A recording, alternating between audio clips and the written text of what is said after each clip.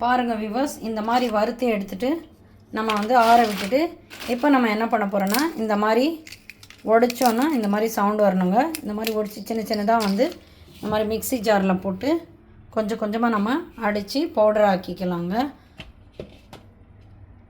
இதுதாங்க third step.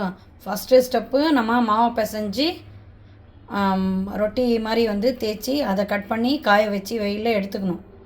அதுக்கப்புறமா step 2 வந்து எண்ணெயில் பொரித்து இந்த மாதிரி இது வந்து ஸ்டெப் 2 இந்த மாதிரி பொரித்து எடுத்துக்கிட்டோம். இப்போ நம்ம என்ன பண்ண போகிறோன்னா இதை சின்ன சின்னதாக உடைச்சி மிக்ஸி ஜாரில் போட்டு பவுடர் ஆக்கி எடுத்துக்கணும். ஸ்டெப் 3 அப்புறமா வந்துட்டு இதில் டைமண்டு கல்கண்டு இது சுகர் நம்ம வந்து மிக்ஸ் பண்ணிக்கணும். அது ஸ்டெப் 4. இது 4 ஸ்டெப்பையும் நம்ம வந்து முடிச்சிட்டோன்னா மலிதா வந்து ரெடி ஆகிடுங்க. இது வந்து ஸ்டெப் 3ங்க.